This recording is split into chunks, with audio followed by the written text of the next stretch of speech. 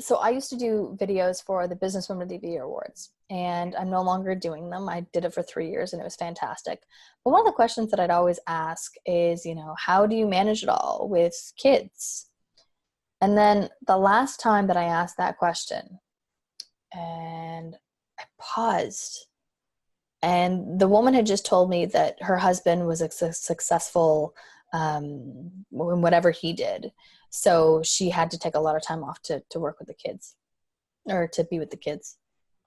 And after I asked the question, how do you manage it all? I think she had like 5 kids or something like that.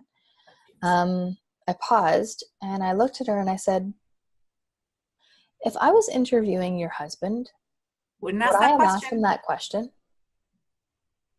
And it was more of a question to myself than it was to Yep. her, to be honest.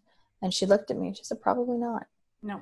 And from that moment on, I have vowed never to ask women how you balance and manage it all until I start asking more men that. Yeah.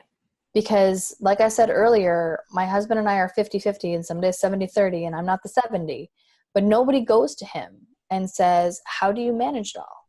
Yeah. And it's not a slight on women.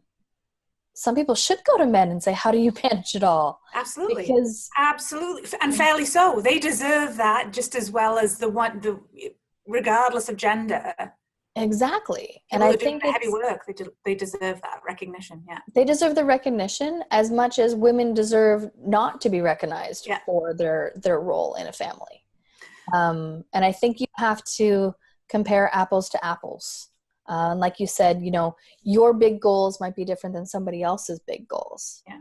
And it all depends on what you want to achieve. And your level of success doesn't necessarily need to be somebody else's level of success.